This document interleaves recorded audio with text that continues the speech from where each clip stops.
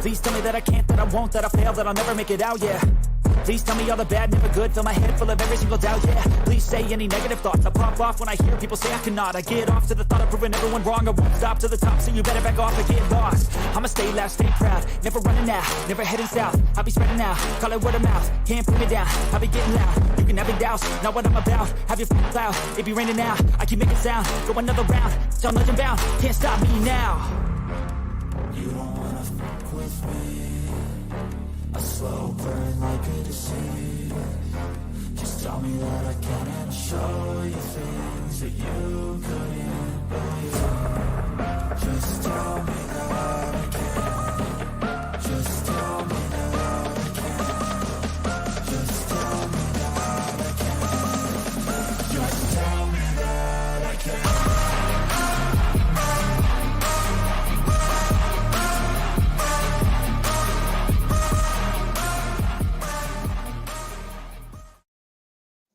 Well, all right. Welcome to another edition of Unscripted. This is episode 337. Back on track with the numbers, Logan. Hey, we're doing good, man. Man, we tried. What a time to be alive. What a time to be alive. Lots and lots of things happened over the course of the last day or so that we're going to be talking about. Some ups, some downs, lefts and rights. But let me introduce my guest to you, or not guest, my co-host. Why am I saying guest? I'm just having a guest. My co-host, babyface Logan Landers. What's up, baby? What's going on, Jay? Another great Thursday. Ready for it? And, man, we got a lot to talk about. So I'm going to quit blabbering, man. We'll let you get right into it. Yeah, absolutely, man. Again, this is Unscripted. And you can find us on all of our social platforms, Unscripted Guys. On Twitter, all one word, Unscripted Sports, on TikTok and YouTube, and then Unscripted is our Facebook page. And we are part of the ASAP network, so you can find us there as well. What a time to be alive. Before we get into the playoffs, Logan, if you will, you put something very interesting into our group chat that I wanted to just have a kind of a giggle, if we can. We can lean into the playoffs after this. It's a good segue, isn't it? It's beautiful. So Mark Jackson had a vote in the MVP race, and number one was Embiid. Okay. Number two was Giannis. Number three was Shea Gilgeous, something or other, Alexander, I think it was. And then they had, who else we have in there, Logan? What was it? All right, I got you here, Jay. So I got the top five. It's Joel, it's Giannis at number 2, Jason Tatum at 3. Thank you, Tatum. Shea at 4, and the number 5, he had Donovan Mitchell. So Jay, I'm just curious, are we missing someone on this list? Someone, I don't know, man. Hey, tall dude out of Denver. For a long time, I had a lot of respect for the experience, the observations, the knowledge, and everything that encompasses somebody who is influential in the world of basketball, certainly somebody that commentates on the world of basketball. And for him to come out with this list, at first I was like, oh, no, this is one of those fake newses. The ones that come out and it's not really the truth. But he really did say that. And for that, I say, shame on you, Mark. Shame. Jay, I have a quote here that he said describing what he did. All right, let me get this pulled up here. All right, and this is shortened down for time. He said, yeah, so I own it. If you want to take away my vote or do whatever, you're more than welcome. I made a mistake. He deserves, in my opinion, clearly I would have still voted for Embiid to be my MVP, but with Giannis and Jokic second and third, they deserve that. So, Jay, he's also the only person out of the 100 votes that didn't even vote for Jokic.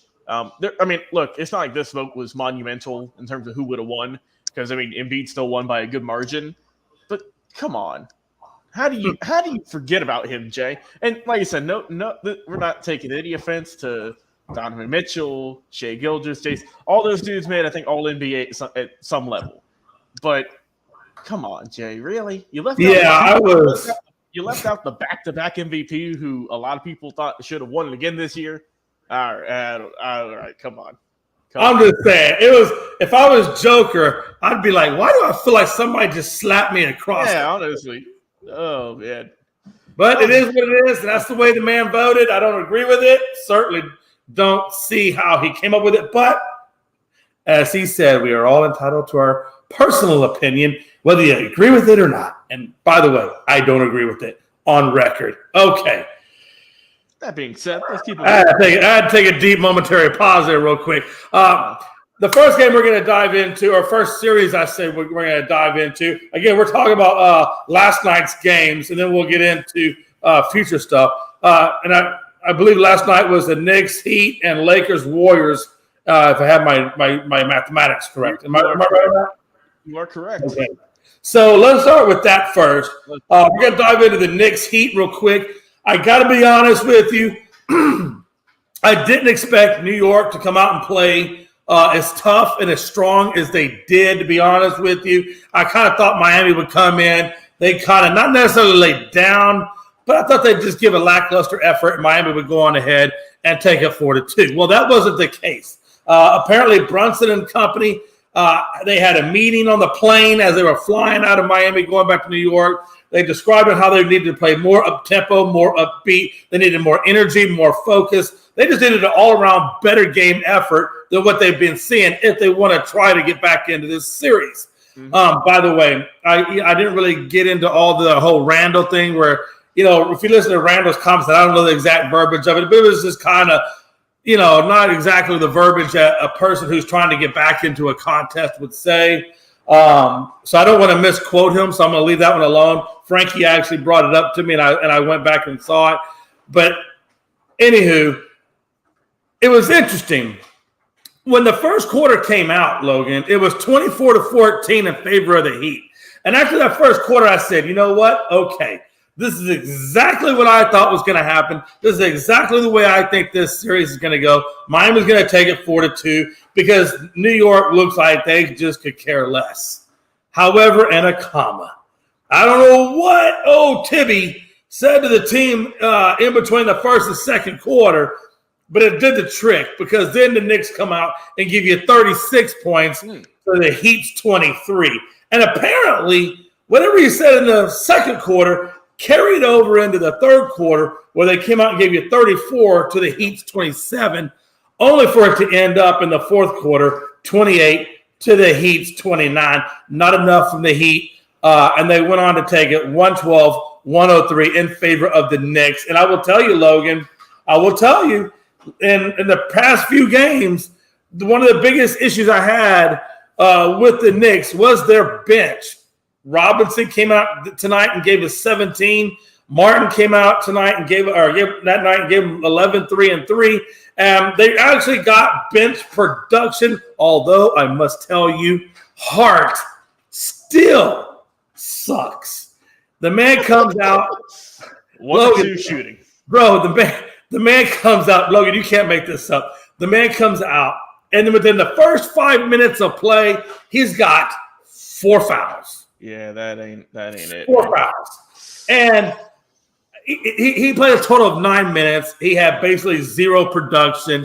And that was the end we saw of Hart. But I will say this, and excuse me when I said that. When I gave you the bench, I was giving you Miami's bench. The bench for New York, I apologize. I don't know. My brain wasn't quite thinking.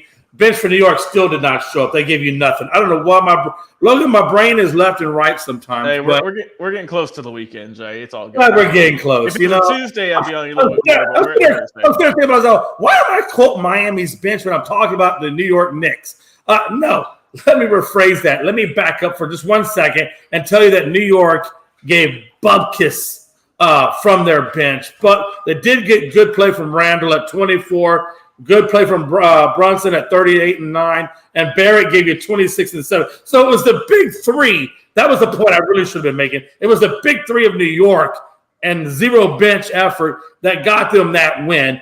It was actually Miami coming out and giving you good production from Butler at 19, 7 and 9, Bam 18, 8 and 2, and Strus 14 and 3. And then they also had good production off of their bench. So Miami played a good game. It just wasn't enough to take out the big three of Randall, Brunson, and Barrett. So, Logan, with all of my foul-ups in this presentation, what is your opinion of this game and this series? For the game, one thing too, Jay, that you didn't mention, Jalen Brunson didn't take a break. This man played the entire 48 minutes. So I mean that you don't see that very often. I can't say everything, Logan. I had to give you something to talk about. Oh yeah, hey, and that's what I appreciate you for. But obviously, he's been their best player in the playoffs. It continued, put up almost 40 points. Shot the ball really well. Also, he didn't take awful shots. He shot 12 of 22 from the field, 4 of 10 from three, and for a total of 38 points. Also gave you 9 rebounds as well to help out and 7 assists. Like you mentioned, Randall had a really good bounce back game. He needed that. And then Barrett, who's been pretty consistent the entire playoffs, just showed up once again, gave you a little bit over 25.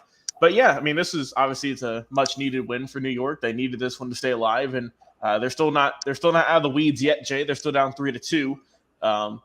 We'll get to you just a second, JR, here when we get to the Sixers game. But yeah, as I said, it's a good win for New York. Miami just had trouble shooting the ball, Jay. As a team, they shot only 42% from three. They only shot 30%. So they were just, beside, Butler, he shot 5 of 12. I feel like he should have ramped his production up a little bit more in last night's game if they wanted to get a little bit closer in the win. But, I mean, it's not like they had awful nights. Adebayo had another solid game coming off of his game 4, I believe, when he gave you that double-double.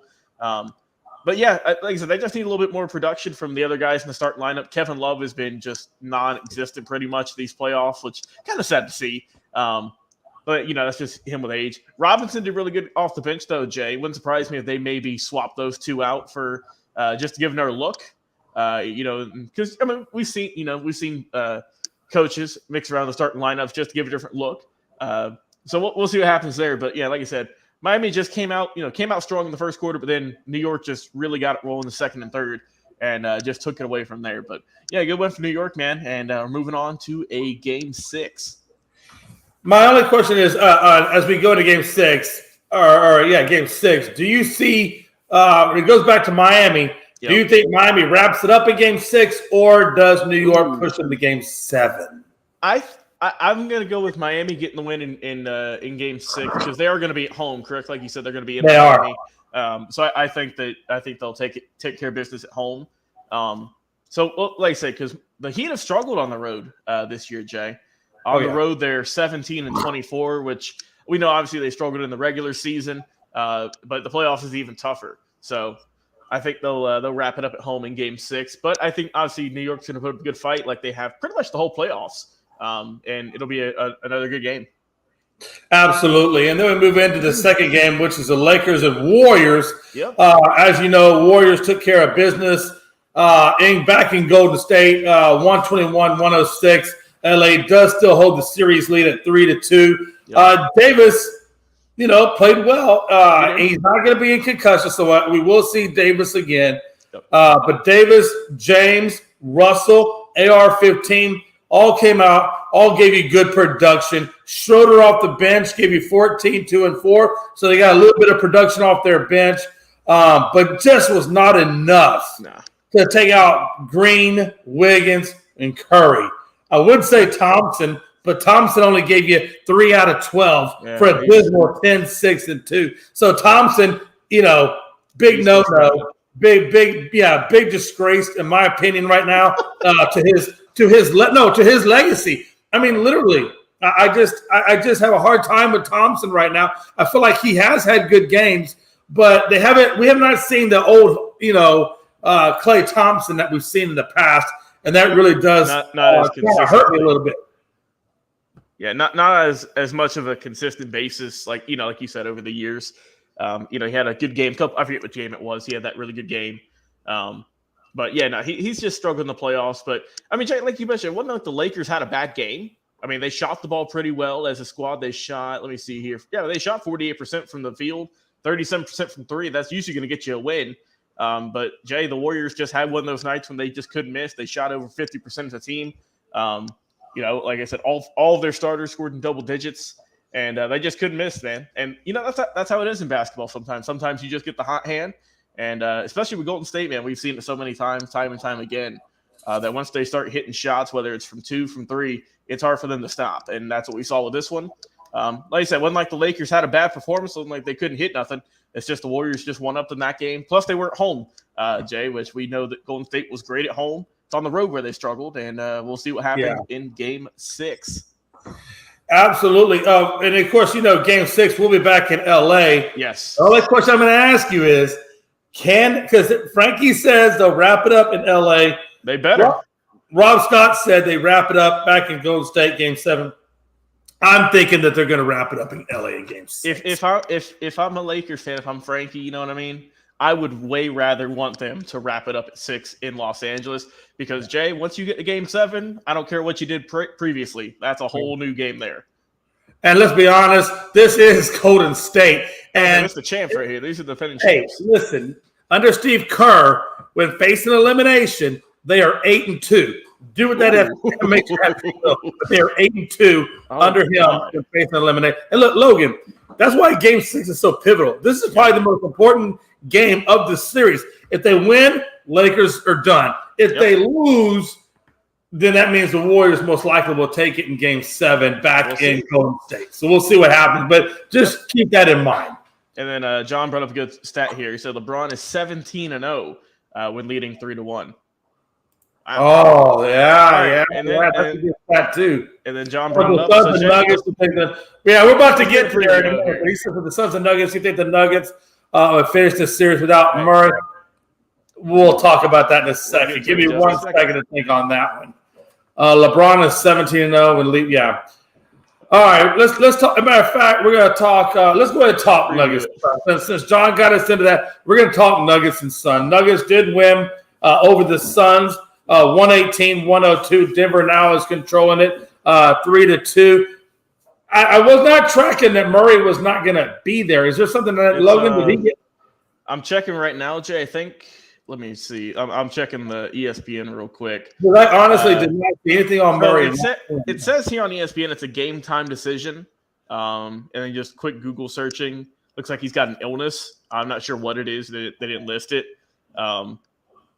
So that's what's going on with him. And then for Jay, for the Suns, they're down Chris Paul, as we know, but they're also going to be out DeAndre Ayton. So that's 2 of their starters they're not going to be with tonight. John goes on to say Murray did not participate in the morning shoot around, and the team will see how he's feeling before Game 6. Doubtful he plays though. So, they can say doubtful all they want. I'll believe it. I'll believe it when I see it. Sometimes teams do that. They play the down card, and then if he plays, then whatever. I get that. But either way, I'm gonna call it right now. It don't freaking matter. It don't matter. I'm gonna tell you why. Because they don't have Chris Paul. Not that they didn't have Chris Paul the last couple of games that they lost, but they don't have Chris Paul. And like you said, Ayton, he ain't feeling too good. He's got that rib. I think it's a rib contusion. Is what he got. He got his rib got messed up. Bro, have you ever had any issues with your ribs? It hurts to freaking breathe. Dude, it hurts. It's just a nagging pain that everyone's like, oh, come on, it's tough. But dude, if you're running, especially the size he is too, if you're running up and down the court all night, that's a rough day. Yeah, and if we look at the last game, Durant, man, he played a great game, 26, 11, and 7. Booker, 28, 6, and 4. But it wasn't enough because you know why? They don't have a bench. Nope. They don't. That's what we've been saying, Jay. That's what we've been they're just like New York. New York, and I said this earlier, New York and Phoenix are in the same damn boat. Neither one of them got a bench. And without a bench, how are you going to win? I'm sorry. All 5 of them do. They can't do it on their own. You got to have bench help. No, yeah, I mean 100%. You know what I'm saying? And so when you're right. I just think even if Murray's not there, somebody for that Utah organization, they're going to step up. And even still, even they got enough on the bench, they got enough on the court that they can beat this Phoenix team. And I think they beat them. I think they wrap it up, and I think they go 4-2, and we call it good. Yeah, I think this is it tonight, man. I think Denver. I think Jokic is going to be pissed too. With the whole Mark Jackson snub.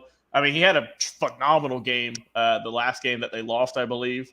I think he put up a triple-double in that one, if I'm not mistaken. Correct me if I'm wrong, John. You are resident fact checker here. No, yeah, Joker had triple-double, 29, 13, and 12. Yeah, and they lost in that one. But yeah, I think with especially with 8 now too. I mean, they're just gonna pound the paint, Jay. I mean, they're gonna have. I mean, who's their backup center? I'm gonna check their roster real quick. But I think is that Bismack Biombo or whatever? Oh yeah, dude. Yeah, come on. That dude, that person. Hey, anybody's name who starts out with Biz, it could be called Bizquick or Bismarck. Yeah. Nah, we're good. You got what I need, and that's you got what I need. Yeah, I think this is it for them, man. I think we'll see what we saw, throughout the series. I think Durant's gonna have a good game. Booker, obviously, I think he's gonna be, as good as he's been too. I mean, those are the two guys you paid a lot of money for to give you production. And Jay, they have. You can't put the blame on them, I don't think. It's on, unfortunately, like we said, Chris Paul just cannot stay healthy. Ayton's been kind of iffy these playoffs. And like you said, I think the big factor, they do not have a bench to save their lives. And as for Denver, I think even with Murray is questionable, we're not sure if he's going to play. You got the, two-time MVP and Mark Jackson's, I guess, number 6 MVP on this list, who's going to be rolling tonight once again, I think. And I think Denver takes it. I think they move on, and they go to the Western Conference Finals. Yeah, I agree with you. I think it's going to be the Nuggets. I don't want to piss Frankie off, man. You got Nuggets Warriors? No. We're not going there yet. No, I really do. I'm just messing with Frankie. I'm just messing. I do think it's going to be. What I mean by that is I think it's going to be Nuggets and Lakers, and I think the Nuggets take it. Okay, I feel you. Well, Jay, let's keep it rolling here, brother. Last one. Conference. Hey, we got Sixers, Celtics, 115-103. Sixers took it. Now the Sixers lead the series 3-2. And I know, and I've been saying it before, Pride is MIA. I haven't heard from Pride at all. I haven't seen him in the chat. Haven't seen him nowhere. So I know that he must be obviously very, very devastated. And even he, I think, knows that the Celtics number is up. Mm-hmm. And I'm going to tell you right now that they're going back to the 76ers for the next game. And I'm telling you right now, going to be there. Harden shows up. If Harden shows up, Sixers are going to finish off the Celtics. We'll see. We will see what happens in that, man. But obviously, Philly had a great win in Game 5.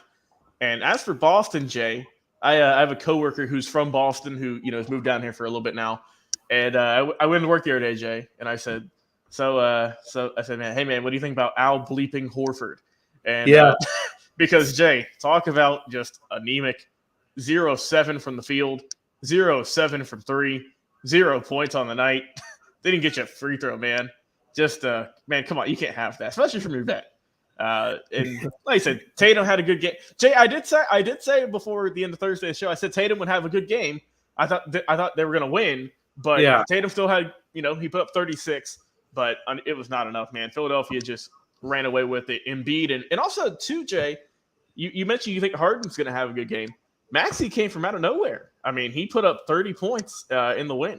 And he's always been a good kind of scrappy player, but I mean, man, that's a really huge jump that he had from what he's been doing this postseason.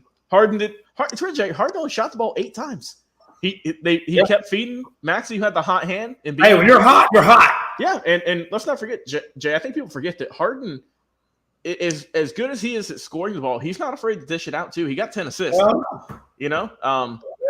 But no, I think that going back to Philly and the insane crowd they've got there, I'm sure our dude Philly Sports Guy will be there. I think Philly takes it, man. I think that they've just got the momentum, the upper hand, and I think Joel Embiid and company. I think they move on, and I think this will be it tonight. We'll see though.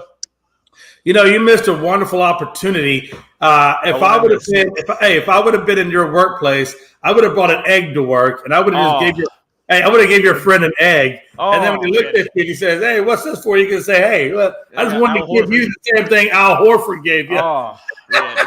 And, let's see. John said here, as many teams Boston's had in the last couple of years, can you believe it's been since 2008 that they won the finals? Yeah, it's been a hot minute. It has been, Jay. Hot minute. It's been what, 15 years now. This is 15 years that we're coming up on. So I don't know, man. But let's go on to the rink though, Jay. I see we got the nice little logo there. Going into some hockey.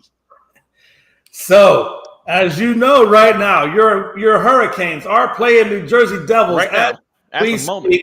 And with 9:32 left to go in the first, it is still at 0-0. Yep. Let's talk about the other night's game. Hey, Jay, we both had some big wins. And you basically went out there and beat the crap out of them 6-1. Hey, we both did, brother. Listen, you went out there, you tied it at 1 apiece in the first, but in that second one, but then that 5-minute span of hell, I call it the 5-minute span of hell. In that 5-minute torture chamber, you scored 4 goals in 5 minutes. Dude, that was insane to watch the highlights for. Just I'm like, and also John, shout out. He said my Hurricane. I didn't know John's a Hurricanes fan. Look at that. Look at that, Jay. I got a brother right there in terms of hockey. But no, like I said, just a insane. That second period, man, they were just lighting it up. And 6-1, like I said, after they got drummed the previous game. And yeah, man, I'm all for it. Big win. Hopefully they can close it out tonight. They got the 3-1 lead, and hopefully this is it right now. We can keep it rolling. And but Jay, I want to talk about your squad too, because I know on Tuesday's show you were talking about Mickey was hitting you up in the DMs and talking all this smack. And Jay, you smacked him in the mouth too, and also you had a pretty hot second period, 4 goals, not too shabby, my friend. So we did all night. Yeah, just straight beating the Kraken. Hey, listen, I'm not one to brag, but yeah, we took him down 6-3, tied up the series at 2 apiece. Pavelski, wow, this guy got his 6th goal of the series that night. So he's got 6 on the series. Schwartz for Seattle did give him 2, but Domi gave him his 2 goals for Dallas. And like you said, that big second period was what did it. Now, they tried to come back in the last one with 2-1, but it just wasn't enough. Nope. But again, like Domi said, and I believe it, how do you say it? He said penalty minutes hurt us, but he said this team doesn't have 2 bad games in a row. So Domi is basically, we've never had 2 bad games in a row. So I fully expect him to come out, and they're going back to Dallas, by the way. So I fully expect this series to go back 3-2 to Seattle, and I do fully expect Dallas to win this. All the way with it. I know. I'm getting too ambitious. I do expect to win this series. There you go. I expect the Kraken to get knocked out. I really fully expect, Logan, a Dallas, Las Vegas Western Conference final. That's what I fully expect. Oh, that'd be solid, Jay. And like I said, we're still not done though. We still got 2 more games to cover in some hockey news here, Jay. Why don't we move on over to that side? Of course we will, Logan. Why would we not? That's what we're doing it for, man. That's what so now I'm just setting you up, and you can spike it on down. There we go. Speaking of that, that's how now we're talking about Tony Gonzalez's Vegas versus the Edmonton Oilers. Logan, he didn't fare too well. No, not at all. He didn't have the kind of love and success that we had. Edmonton was pissed off that first period, man. They gave up 3 goals. Bro, Edmonton was pissed. They came, like you said, they came out with 3-0. Then they came out in the second period with 1-0. Vegas tried to come back and give them 1 goal, but ultimately it was a 4-1. And ultimately now the series is tied at 2 apiece. But again, penalty minutes. I will tell you, in Game 3 of Dallas and the Kraken, we lost that game because of penalty minutes. And it was 60. I want to say it was like 56 or 60 penalty minutes to like 30-something for the Kraken. Ultimately, we lost it because of the power plays and the less minutes. Well, you can see here, 64-47 in terms of penalty minutes. You can't have that and think you're going to walk away with the win. Not against the Edmonton Oilers, not against that fast defense or offense. And I'm telling you, when you let Edmonton's offense take you like that, you're not going to win. And that's exactly what happened. And unfortunately, I think Vegas will regroup and I fully expect Vegas to come out for a different game. But man, what a time to be alive, Logan. Yeah. I mean, that one tied it up for Edmonton. Obviously, they needed that one, or else they would have been down 3-1. Which in that case, for the most part, you can kiss it goodbye. But yeah, that was a much needed win for them, man. They came out, they get hot, they did their job, and we're back even now, man. So anything can happen. I think Vegas, like you said, they got punched in the mouth, Jay. I think they got to come back strong. And we'll see what happens in Game 5. And Jay, I think this one has the most potential to go 7 out of any of these series, honestly, just because these two teams are pretty solid. And we'll talk about the air game here in a second. But yeah, like I said, much needed win for Edmonton. That would have staved off a 3-1 series deficit, put back up 2-2, and going into Game 5 here coming up soon. And by the way, I will tell you, John, Vegas will not ever be the biggest choke. The biggest choke will be Boston. Yeah, Boston. That's for sure, John. I mean, look, you're not getting past that one. No, going out in the first round, nah. And Jay, we weren't around whenever. It was right before we were a show, but whenever Golden State they blew that big lead, they got the most wins in NBA history. But Jay, at least they made it to the finals. You know what I mean? At least they're right there on the doorstep. Boston got knocked out early. It's not even like they made it that close. I mean, that's got to be the Panthers make quick work of Boston. They didn't waste a lot of time with Boston. And when you make quick work of the best team with the best record in the league, and you're making quick work of them, that's the biggest choke. And there will be, and that's not even close. It's not even close. But moving on, Maple Leafs versus Panthers. Yep. Panthers got beat by the Maple Leafs. Now they're down 3-1. Now before they still got the 3-1 lead. Yeah. But Maple Leafs, I thought they were dead. I thought we were looking at a sweet potential. But Maple Leafs, I guess they had something different in mind. Again, first period 0-0, second period Toronto scores, and then third period both of them scored to make it a 2-1. Very low scoring game. Mm-hmm. I do want to point out that Toronto used a rookie goalie. This was his first start ever. Oh my god! And he managed to give up 24 saves, and almost managed to give them a shutout. That's how good I think this rookie Wall is. It's incredible. So, and Jay, I don't know if you know this or not, and I'm just asking, but was the main goalie out for Toronto? Was he injured, or is that why they had a rookie in there? Schmidt or something like that. Or I can't remember that. I didn't get the full scoop on it. Okay. I think they just decided to go. I think they decided to go with Wall because of the fact they were down 3-0 and they weren't getting the job done. So they wanted to try to switch it up from what I read on the subject matter. So but no, at the end of the day, man, he got the job done, and it was incredible, man. Florida. Another great thing about this game was Florida was on a 6-game winning streak in the playoffs, and it ended in this game. So they can be beat. They are not a robot. And Jay, once again, thank you to our boy John Suggs coming in clutch. He said the main goalie was out due to an upper body injury, so that is why. Samsonov. Yeah, there we go. I can pronounce that one, I think. But Samson. All right. It's like Ralph Sampson with an "ov" at the end of it. He also said, did y'all see the Panthers score 2 goals in less than 1 minute the other night? Not in this previous game, but I think the game prior. Yeah, that was crazy. We've seen a lot of just quick scoring, Jay. A lot of goals scored in less, in short minutes. We see a lot of scoring, and we see a lot of overtimes too. Yeah, man, and that's what I'm here for. But overall, though, I think in the end, I do think that Florida does end up wrapping things up. I think they play. Let me see. They play tomorrow at 7:00. So I'll be able to watch that one. That'll be sweet. So yeah, I'll check that one out. But I think Florida will take it home in Game 5. So I'm gonna introduce this next topic. It's interesting.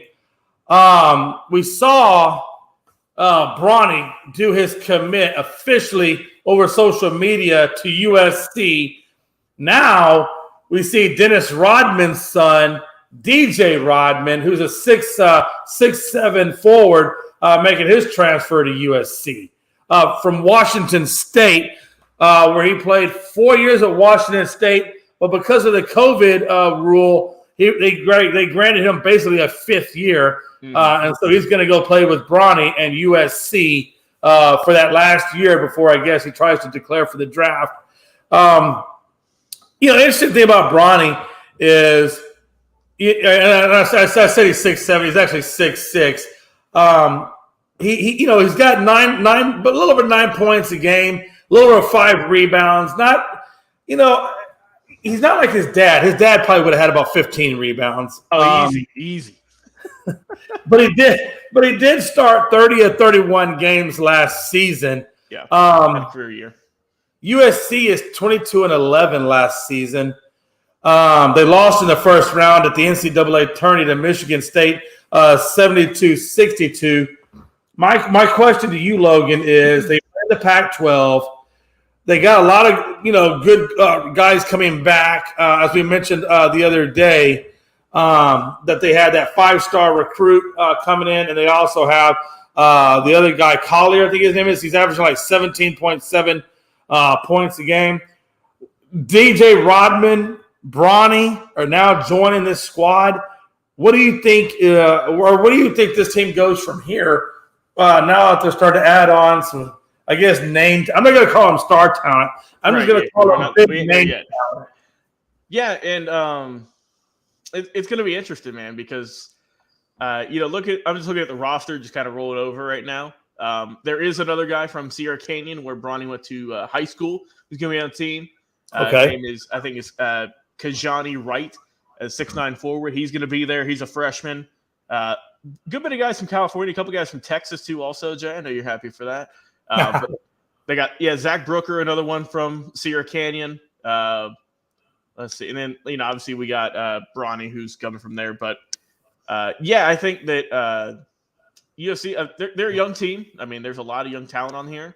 They're bringing over Rodman's son, like we mentioned here, like we got. And, look, he's not putting up superstar-like numbers.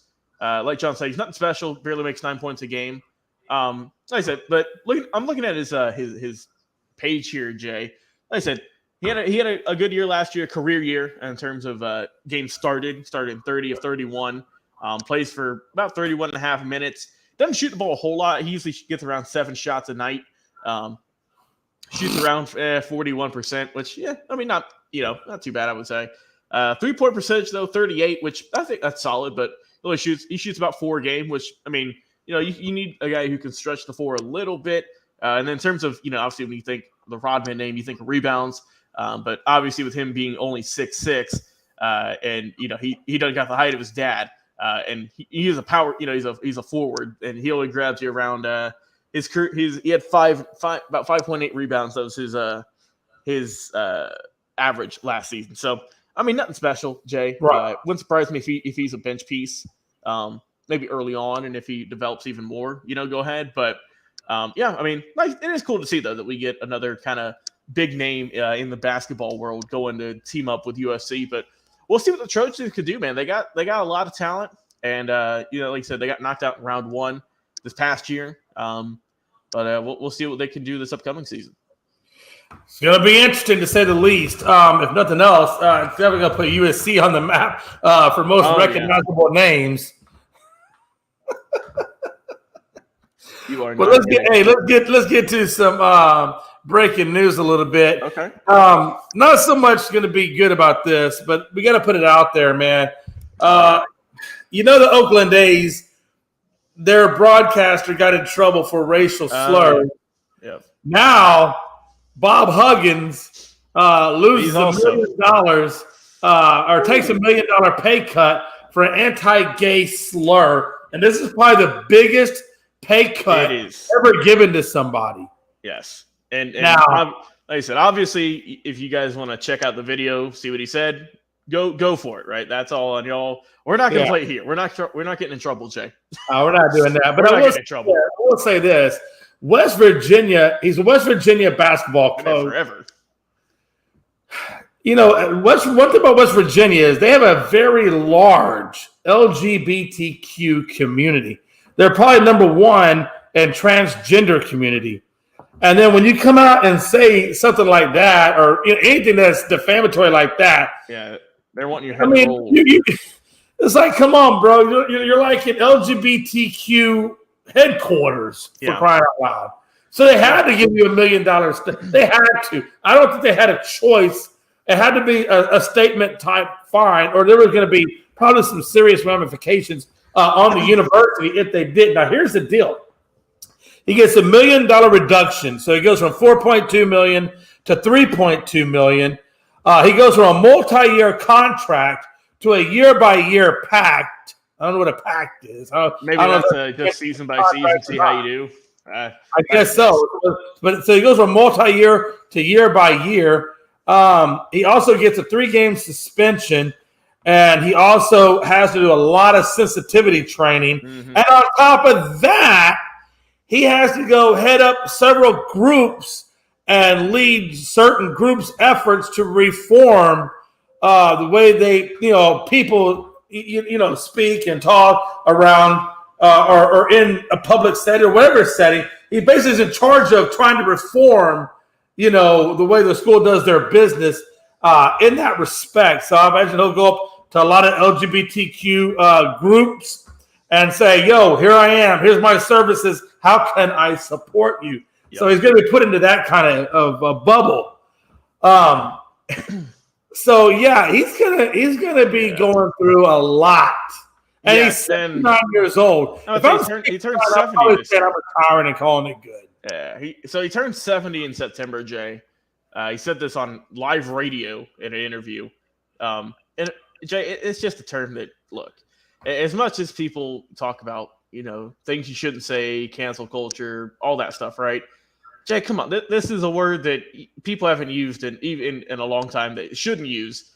And for a guy who's almost in his 70s, he knows better than this. And he said that, he's apologized profusely after this has happened. But yeah, just, come on. We don't want to be talking about this with Bob Huggins, who's, on the court, tremendous coach. He's done a lot for the game, a lot for the school. But just not a good look for him. And I mean, I think that West Virginia did a good job. I think that they need to make a statement. And hey, man, $1 million is $1 million. That's a lot of money. It's a lot of cabbage. That is a lot of money. So I credit them for having some swift action, and hopefully Mr. Huggins can learn from this mistake. Jay, like I say, go take some sensitivity training and learn the error of his ways and come out of that better, and hopefully we don't have these incidents happen anymore from him. And if you think about it, he's really super lucky. I'm really surprised he didn't get terminated. The fact that he even has a job to where he can make he did get lucky for that. Yes. We've seen $2 million is still a lot of money to bring in. It is, but like you said, he is lucky. He still got his job, man. But that's what it was. The $1 million that they took away from him is going to be applied to LGBTQ plus communities. Perfect. Well, like I said, Jay, and just to go back to what I said, I think West Virginia handled this in a good way. Hurt his checkbook, give the money to a good cause. And hopefully, like I said, he can learn from this and grow and be a better person. Like we all of us can, Oh Lord, yes. And one of these days, I want to find out what the plus means. I know what LGBTQ. I understand what all the letters mean, but I don't understand what the plus means. One of these days, I'm gonna have to get educated on what the plus means, because I tell you what, Logan. One thing I know in this life. Education is power. Yes, it is. But moving on, Bucks are going to talk to Warriors Atkinson, assistant coach Atkinson. They are also going to inventory Bucks coach Charles Lee, and they're going to talk to former Hornets coach James Borrego in terms of their new head coaching position. I'm surprised that Nick Nurse is not on there. Are you, Logan? Oh yeah, man. I mean, whenever we learned that the Bucks had an open spot, I think all of us thought that Nick Nurse was going to be at least in contention, if not the favorite. But I guess Milwaukee wants to go a different direction. John, we'll get to that in just a second. That's our last topic there. But yeah, I mean, I'm kind of surprised. But Kenny Atkinson, I think he did a solid job with Brooklyn not too long ago, and that was that weird season, Jay, where they had lost everyone, and they had just a bunch of guys going at it. But they had a good season, and it seems like he's well respected around the league. So, I mean, like I said, he's going in for he's getting talked with Milwaukee, and we'll see with it. But then you mentioned too, I mean, another thing here, Toronto, Jay. Toronto's going after a former sharpshooter, current NBA analyst, Mr. JJ Redick, which I'm kind of surprised by. Yes. Oh no, it gets better, Logan. Oh, does it? Gets better. How so? You know who else? This is really what I wanted to talk about. Because when I read the article, I was like, oh hell yeah, let's go, baby. JJ Redick was just a catalyst for Toronto's segment. What I really want to talk about, if we can, go ahead. The fact that they're going to interview Becky Hammon. I'm all for it, man. That'd be I'm just gonna say this. Hey, I think you see where I'm going with that, Logan? I do. I think she's gonna stay in Vegas though, Jay, just because she won a title her first season. But Jay, the fact that she's even getting interviewed is phenomenal. I would hire her in a heartbeat. I would hire her in a heartbeat. We've been saying really since she left the coaching tree with Coach Pop, went to Vegas. We've been saying it for hundreds of episodes that we think that she'll be the first female coach in the NBA. And I mean, obviously, I'm not sure if she's interviewed prior, but I mean, this is probably going to be, the first female to ever interview for a head coaching job. And like I said, I think the clock's just ticking, Jay, before we see her in the NBA as a coach. I think so too, man. I mean, if you think about it, number one, she comes from a Popovich tree, which that's great in the NBA. If you come out of a Popovich tree, you already know you're you know the expectation and the standard that is instilled within her. Number two, so she already has assistant coach training in the NBA under arguably one of the best coaches of the NBA. She goes on to the WNBA in her first season and comes away with the damn title. And you don't think I don't know how much more of a pedigree you want her to have before you give her a damn job. How are you talking about JJ Redick, who has never coached a day in his life, has been sitting up in the damn analyst booth for a hot minute with ESPN? Yep. And you seriously aren't even looking at Becky Hammon? What? And Jay, you know what that kind of reminds me of? Reminds me of the Steve Nash hire that Brooklyn had. They hired Steve Nash out of thin air, and we were all skeptical of it then, and obviously he didn't make it. It didn't work. And like I said, I enjoy JJ Redick as an analyst. I think he's great, but Jay, I think he don't have the pedigree. Here's the deal. So Logan, what I'm really getting at is I still think if she doesn't get hired, and if they hire somebody who has less experience than she does, or less accolades in the world of coaching than she does, I'm telling you, that just kind of tells you that the NBA is still refusing to let a female take on a head coaching role. You know what I'm saying? Because look at her qualifications. She's got all the qualifications. She is. I mean, she's got a proven, she's got a good track record. Come on. She just got a championship, which is always nice. Like I said, I think that if it was me, right, I would put her head and shoulders above JJ Redick. Because and that's the thing too, and just going back to the Steve Nash hire, because that's the most recent one I can think of. I understand that, JJ Redick, Steve Nash, great players, We've seen a lot of players, Jay, go into coaching who didn't do so hot as coach. Isaiah Thomas, right, when he was with the Knicks, that didn't work out too hot either, I don't believe. Right. It's I'm not saying that former players aren't good coaches, because I'm sure there are a few. I just can't think off the top of my head. But you got to, I think it's a different world, Jay, going from playing the game and coaching the game. And it's a big culture shock. And we saw that with Steve Nash and why he got fired. Just because Brooklyn was not performing this past year. And, with JJ Redick, Jay, I mean, like you said, he hasn't had any coaching experience. not of any significance, I don't believe. So, yeah, I maybe that's just for headlines and they're just wanting to get that out there. But I would not seriously consider hiring him until he's coached at least, I would say, at least a season somewhere. You know what I mean? Oh, absolutely. And I will tell you, the list of, and I didn't write them all down because when I started looking at the list and I was looking at the Bucks coaching list, they started looking the same. And so pretty much all of the coaches that, the Atkinsons, the Lees, that other dude, Romego, whatever his name was, all those guys are also on here too. And I'm telling you, if that's your list that you're looking at, come on, and you're not giving Becky Hammon the job, there's something seriously wrong with you.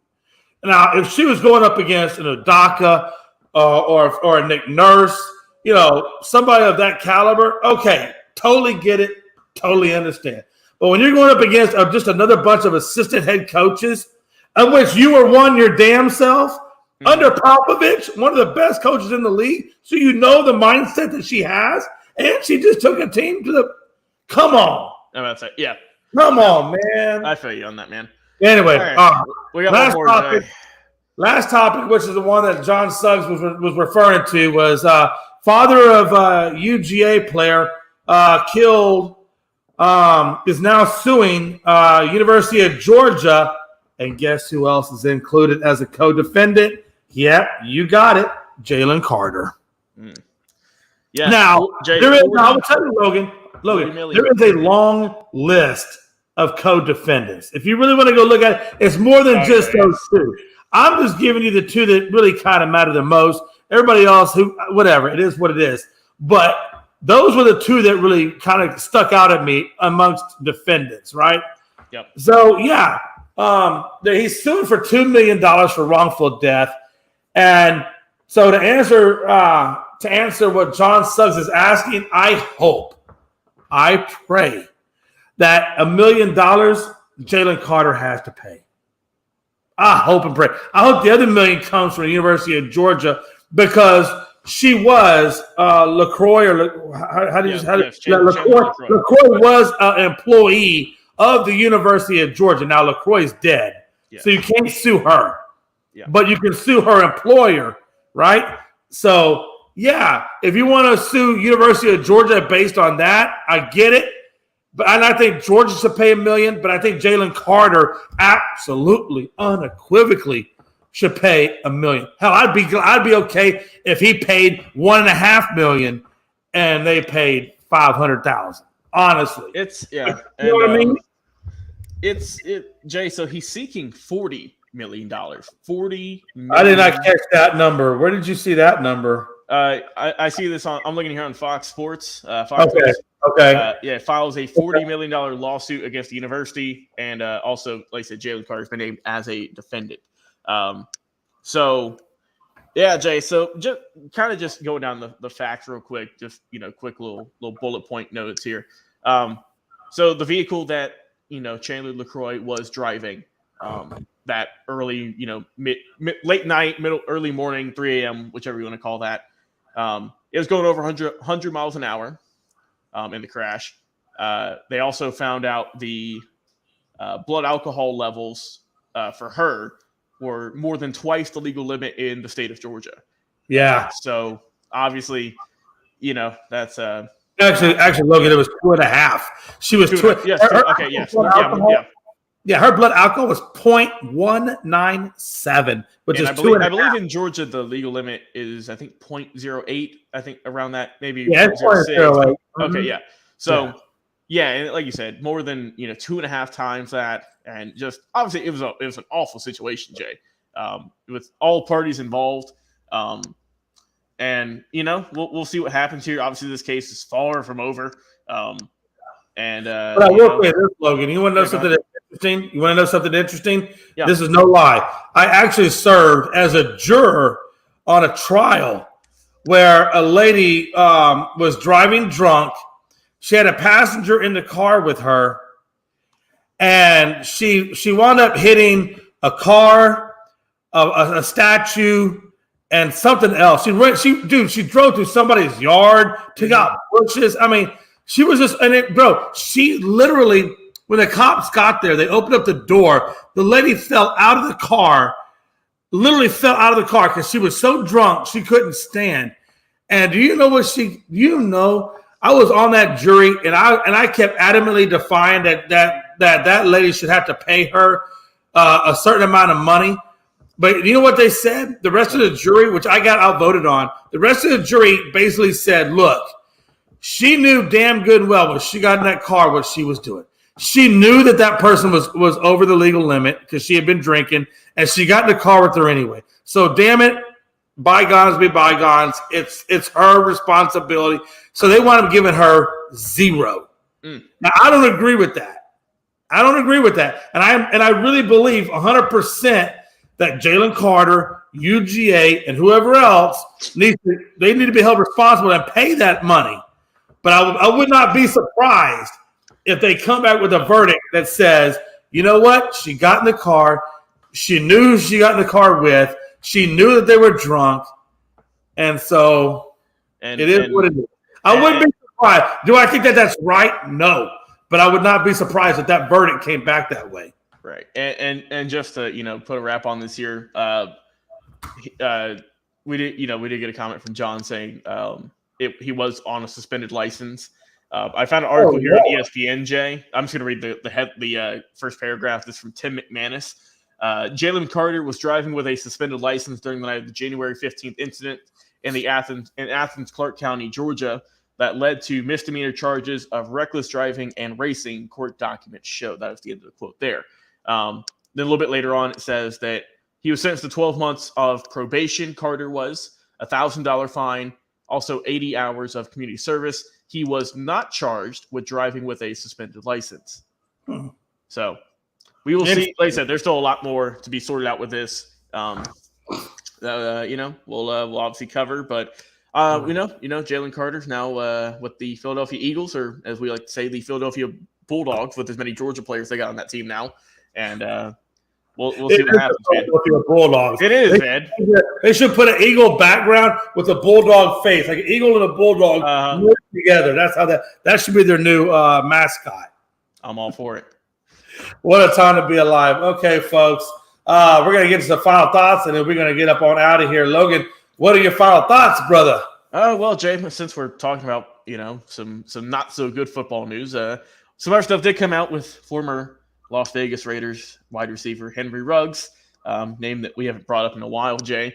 But article from USA Today, headline says, ex-Raider Henry Ruggs pleads guilty to driving drunk at 156 mile an hour, causing a fatal crash that we know killed a woman as well as her dog.